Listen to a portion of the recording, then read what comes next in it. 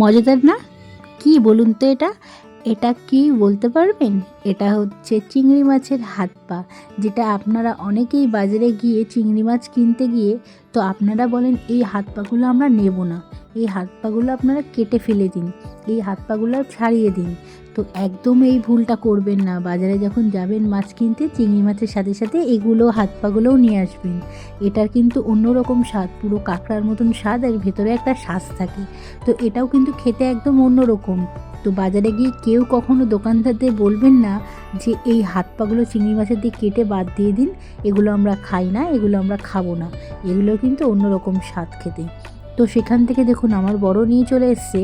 তো এটা আমার বর একটু কেটে কুটে আমাকে পরিষ্কার করে ধুয়ে দেবে, আর আমি করব এটার রান্না, আর তোমাদের সাথেও শেয়ার করব দেখো এটা কীভাবে ঠিক রান্না করতে হয়।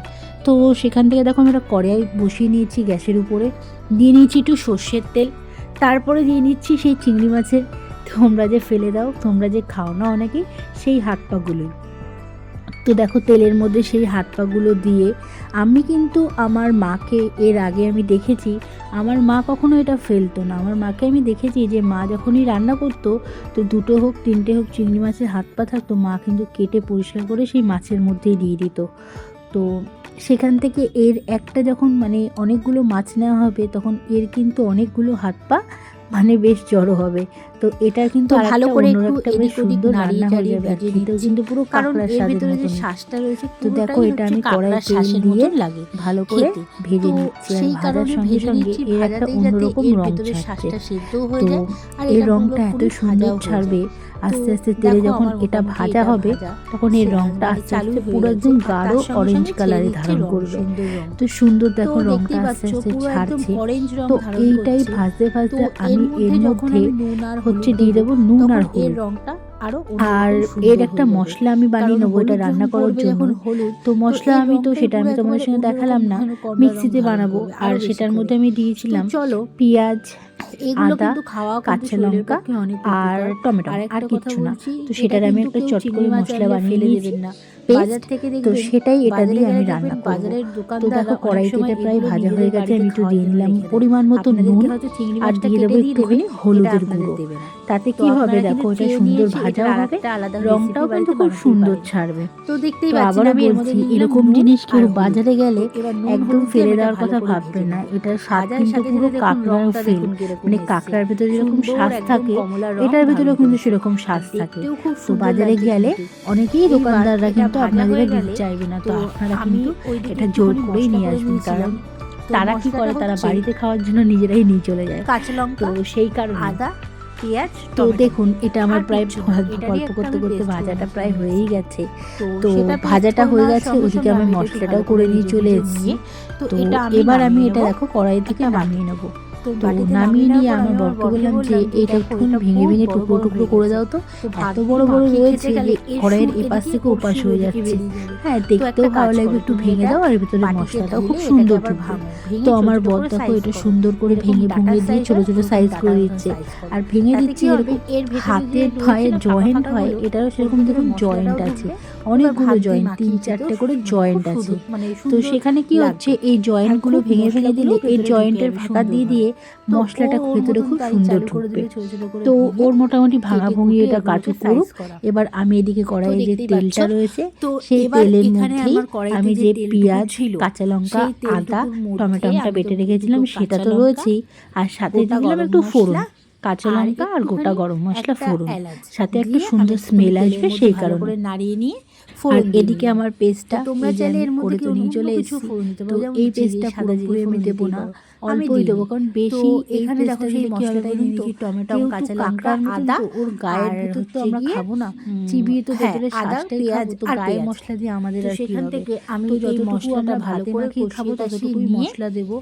আর সেই কারণে মশলাটাও কিন্তু খুব বেশি নেব না, এর মতো যতটা এই হাত পাগুলো রয়েছে চিংড়ি মাছের ততটুকু রসুন দেবো না, রসুন একটা অন্যরকম মশলা দিলে কি হবে, রসুনটা আমি এখানে যেহেতু এর হাত পাগুলো তো বাইরেটা পুরো একদম খোসা টাইপের না, আমি মশলা তো বাইরে তো লাগবে না, মশলাটা মশলার মতো লঙ্কাগুলো যে যেরকম খুব বেশি পরিমাণে মশলা এখানে কাশ্মীরি লাল লঙ্কাগুলোটাই দিয়েছি যাতে রংটাও আসে, ঝালটাও অল্প হোক, সাথে একটু লঙ্কার গুঁড়ো অ্যাড করলাম।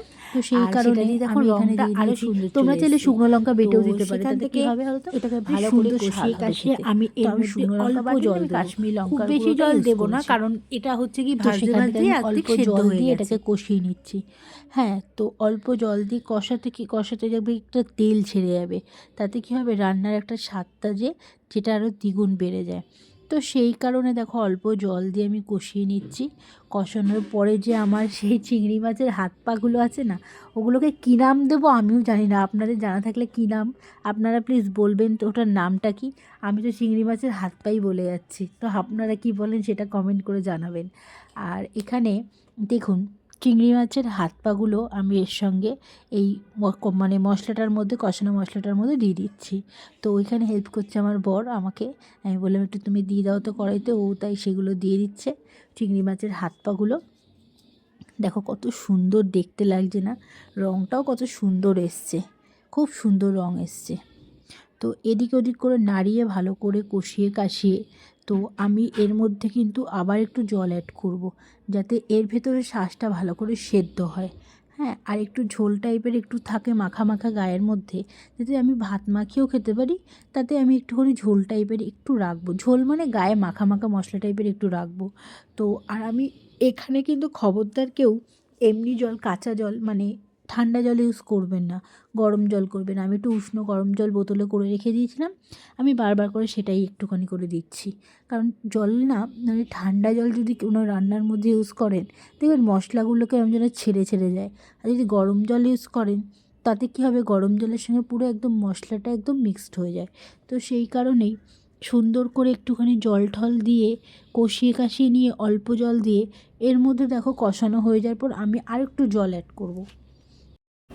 তো কষানো রেডি। তো সেখান থেকে দেখো আমি এর মধ্যে একটু উষ্ণ গরম জল করেছি, সেটাই একটু অল্প করে ঢেলে নিচ্ছি। তাতে কি হবে, ওই যে বলেই তো দিলাম একটুখানি গায়ে গ্রেভি গ্রেভি ব্যাপারটা থাকবে। তো আমি কিন্তু উষ্ণ জলটাই করে রেখেছি, সেটাই দিলাম। এবার এটা একটুখানি ভালো করে নাড়িয়ে চাড়িয়ে আমি এটাকে একটুখানি ঢেকে দেবো, যাতে ভেতরটা একটুখানি ভালো করে সেদ্ধ হয়। তো দেখো ঢেকে দিচ্ছি। আর আরেকটা কথা বলছি তোমাদেরকে, আমার ভিডিওগুলো কেমন লাগছে, কোথা থেকে দেখছে প্লিজ একটু কমেন্ট করে জানাবে। তো যাই হোক, এবার দেখো রেডি হয়ে গেছে, এটা একটু মাখা মাখা, রঙটাও কত সুন্দর ছেড়েছে। তো সবাই কিন্তু চেষ্টা করবে, বাড়িতে চেষ্টা করবে, খেয়েও দেখবে খুব সুন্দর খেতে হয়। আর এর মধ্যে আমি এবার একটু দিয়ে দেবো গরম মশলার গুঁড়ো, একটু সেন্টের জন্য। তাতে কি হবে, এটার একটুখানি মানে খেতে তো ভালো হবে, সেন্টও তো মানে সুন্দর স্মেলও বেরাবে। তো দেখো গরম মশলার গুঁড়ো দিয়ে আমার এটা পুরো কমপ্লিট রান্না। তো আপনারা কিন্তু এমনিও খেতে পারেন, মানে ভাতের সাথেও খেতে পারেন, এমনিও চিবিয়ে চিবিয়ে খেতে পারেন, যে যার সাথে ইচ্ছে খেতে পারেন। তো ভিডিওটা কেমন লাগলো একটু জানাবেন। সবাই ভালো থাকবেন, অনেক ধন্যবাদ সবাইকে।